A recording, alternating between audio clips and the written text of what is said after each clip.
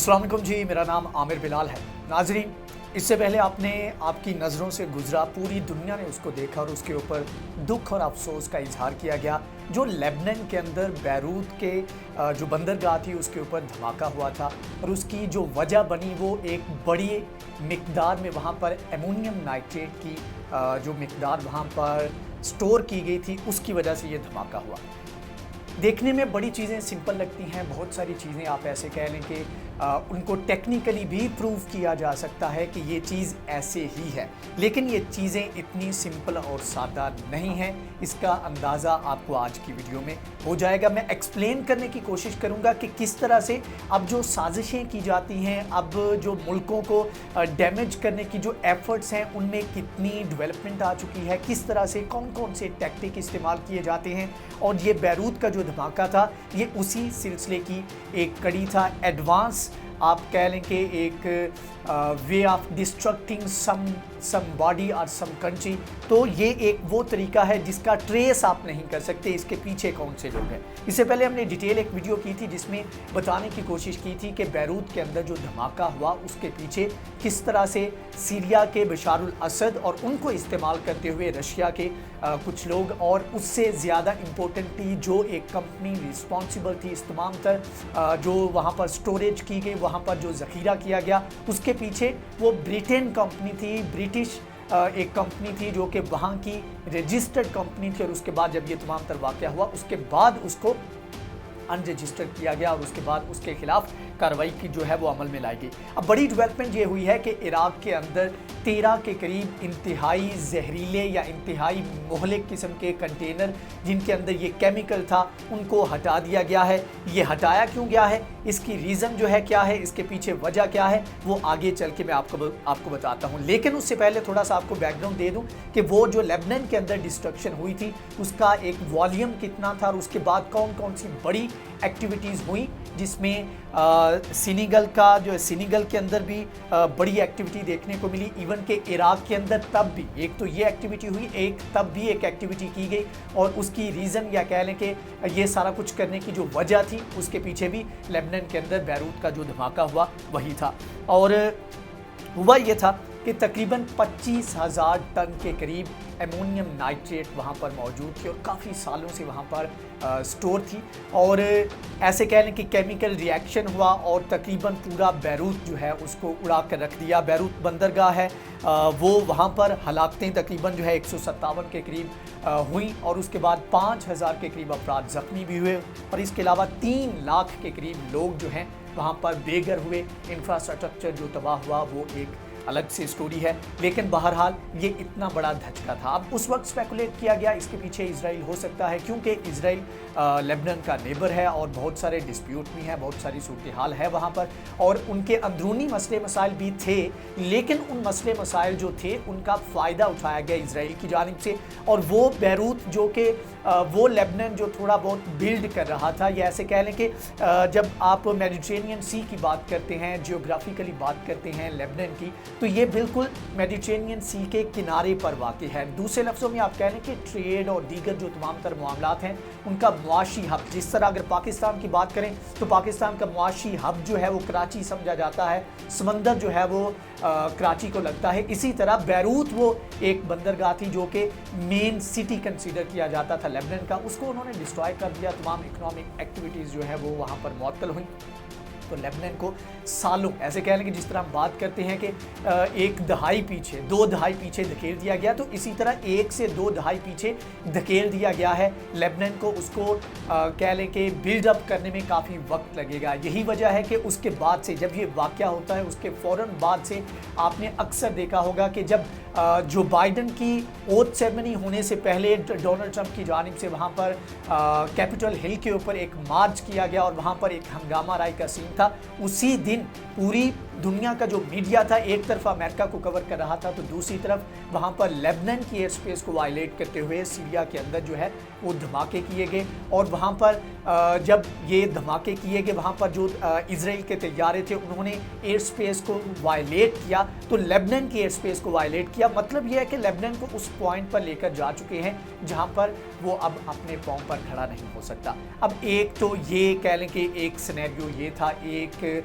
Picture का एक रुख ये था। अब आते हैं दूसरे रुख की जानिब कि असल में मामला क्या है। जब ये तमाम तर सूरत हाल हुई तो पूरी दुनिया के मीडिया को, ख़ास तौर पे जो मशरिक़ वस्ता में रहने वाले ममालिक थे और या दूसरे लफ्ज़ों में कह लें जो जंग ज़दा ममालिक थे, उनको अंदाज़ा हो गया था कि ये क्या हुआ है और इसके पीछे कौन हो सकता है। यही वजह है कि उसके फौरी बाद इराक की जानिब से, सेनेगल की जानिब से इसके ऊपर बड़ी एक्टिविटीज़ की गई। इराक की जानिब से अपनी बंदरगाह खाली करवाई गई और उसके ऊपर जितना भी कोई ऐसा एक्सप्लोजिव मटेरियल था जो स्टोर हुआ था उसको उन्होंने उस वक्त खाली करवाया। इसके अलावा सेनेगल की जानिब से तमाम तर अमोनियम नाइट्रेट जो थी उसको एक्सपोर्ट कर दिया गया। उन्होंने अपनी इससे वैसे ही जान छुड़ा ली, क्योंकि एक आइडिया हो गया था कि इस चीज़ को कोई भी मुल्क और ख़ास तौर पर इजराइल, अब इजराइल की बात करें, कहने को आप कह सकते हैं कि स्पेकुलेट किया जा रहा है, लेकिन अगर आप पैटर्न को देखें तो इजराइल के इर्द गिर्द जितने भी ममालिक हैं इजराइल को वो कमज़ोर हालत में चाहिए और उसकी बड़ी एक लॉजिकल रीज़न भी है।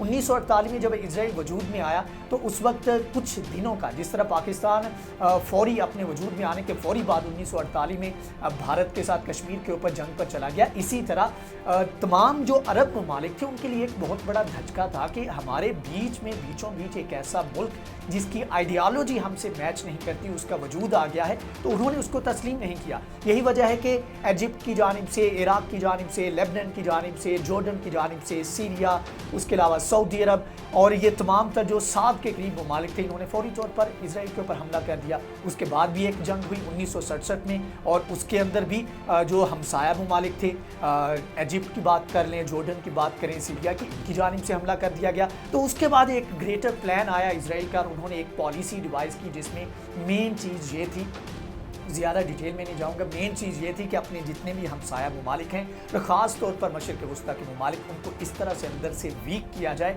कि ये अपने मसले मसाइल जो है उनमें उलझ कर रह जाएं और इनके खिलाफ कोई उस तरह कोई बड़ा थ्रेट जो है वो पोज ना कर सके।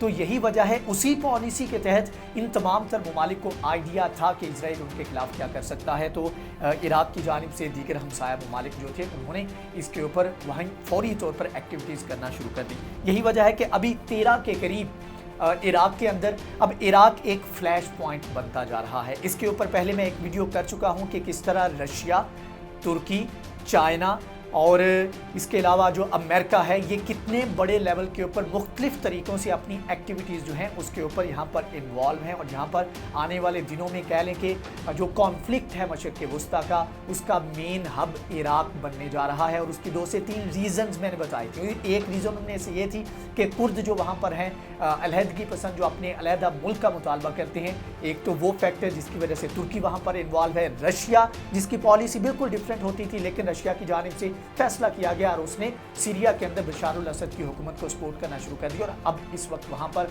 जो उनकी M4 एक पूरा मोटरवे का एक जाल है, M4 जो एक बड़ी मोटरवे है उसके दोनों तरफ, एक तरफ तुर्की है, दूसरी तरफ जो रशिया है उसके पीस कीपर वहाँ पर मौजूद है। तो आने वाले दिनों में ये बहुत बड़ा फ्लैश पॉइंट बनने जा रहा है। अब इराक के साथ मिलकर तुर्की कोशिश कर रहा है कि इराक की गवर्नमेंट जो है उनके साथ ताल्लुकात अच्छे बनाए और 10 के करीब रिसेंटली उन्होंने मुआहदे भी किए और इसके ऊपर सऊदी अरब को और दीगर ममालिक को तकलीफ भी हुई। यही वजह है कि सऊदी अरब की जानिब से 15 साल के बाद अपना इराक के साथ बॉर्डर जो था वो उन्होंने खोला है। तो तुर्की अब कोशिश कर रहा है कि यहाँ पर मामला बेहतर हो। अब तुर्क इंटेलिजेंस की जानिब से ये रिपोर्ट किया गया कि आपके खिलाफ भी बैरूत की तरह का कोई बड़ा इंसिडेंट किया जा सकता है। यही वजह है कि वहाँ पर इराक के अंदर जो इराक की अथॉरिटी थी उनकी जानिब से यहाँ पर एक बड़ा ऑपरेशन किया गया है। अब ये बसरा की बंदरगाह है जिसको तकरीबन खाली करवाया गया है। इंतहाई ख़तरनाक केमिकल के हामिल वहाँ पर 13 के करीब कंटेनर थे जिनको फौरी तौर पर वहाँ से निकाल लिया गया है और एक बड़ा जो थ्रेट हो सकता था, या ऐसे कह लें कि अमेरिका जो वहाँ से विथड्रॉल कर चुका है और अब वापस आने की बहाने ढूंढ रहा है, कोई उसको रीज़न चाहिए, तो एक बड़ी रीज़न जो है उससे ऐसे कह लें कि छुटकारा जो है वो पा लिया है। ये उसी तरह की रीज़न है जिस तरह की एक रीज़न बनाकर इराक के अंदर इजराइल की जानिब से बड़ा एक अटैक प्लान किया गया था और उसके ऊपर ईरान की जानिब से शोर डाला गया और कहा गया कि हमारे वहाँ पर अमेरिकन एम्बेसी के ऊपर हमला किया जाएगा, अमेरिकन फोर्सेस के ऊपर हमला किया जाएगा, इल्ज़ाम हमारे ऊपर धरा जाएगा। और तब ट्रंप थे और ट्रंप कोई बहाना ढूंढ रहे थे कि वो किसी तरीके से वहाँ पर ईरान के ऊपर हमला कर दे, उसका प्लान भी कर रहे थे, लेकिन उसको हमला करने के लिए अमेरिका को रीज़न नहीं मिली थी।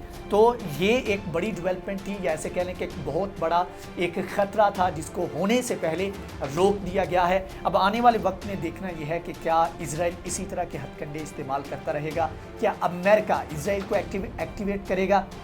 ये वही अमेरिका है, ये वही इजराइल है जिसके बारे में आज के जो बाइडन है, जो प्रेसिडेंट है अमेरिका की, इनकी जानिब से कहा गया था कि मशरिक़ वुस्ता में अपनी जो इंटरेस्ट है उसको प्रोटेक्ट करने के लिए अगर कोई इजराइल नाम की रियासत ना होती तो हमें खुद से इजराइल की रियासत क्रिएट भी करना पड़ती, तो हम उसको करते क्योंकि हमें हमारा जो तहफ़्फ़ुज़ है अपने मफादात का वो ज़्यादा मुकद्दम है, बजाय इसके कि यहाँ पर इंसानों की जानों का तहफ़्फ़ुज़ जो है उसके बारे में हम ज़्यादा गौर व फिक्र करें। तो ये वो चीज़ें हैं, ये वो बड़ी डेवलपमेंट है जो कि होने से रोक दिया गया है। आने वाले वक्त में बहुत तेज़ी भी देखने को मिल सकती है। एक डेडलॉक बन चुका है ईरान के और अमेरिका के दरमियान, जो कि 2015 का एटॉमिक मुआहदा है उसको लेकर। तो देखना यह है कि ये किस तरफ मामला चलते हैं, इसके बारे में हम आपको कोशिश करेंगे आपको अप टू डेट रखें। कोई भी नई डेवलपमेंट आती है, कोई बिहाइंड द सीन अगर कोई डेवलपमेंट होती है तो उसके बारे में भी हम आपको इसी तरह आगाह करते रहें। तो आज की वीडियो से इतना ही। अगर आपको ये वीडियो पसंद आई है तो इसको लाइक करें, शेयर करें, हमारे चैनल को सब्सक्राइब करें। नेक्स्ट वीडियो में हाजिर होंगे, तब तक के लिए अल्लाह हाफ़िज़।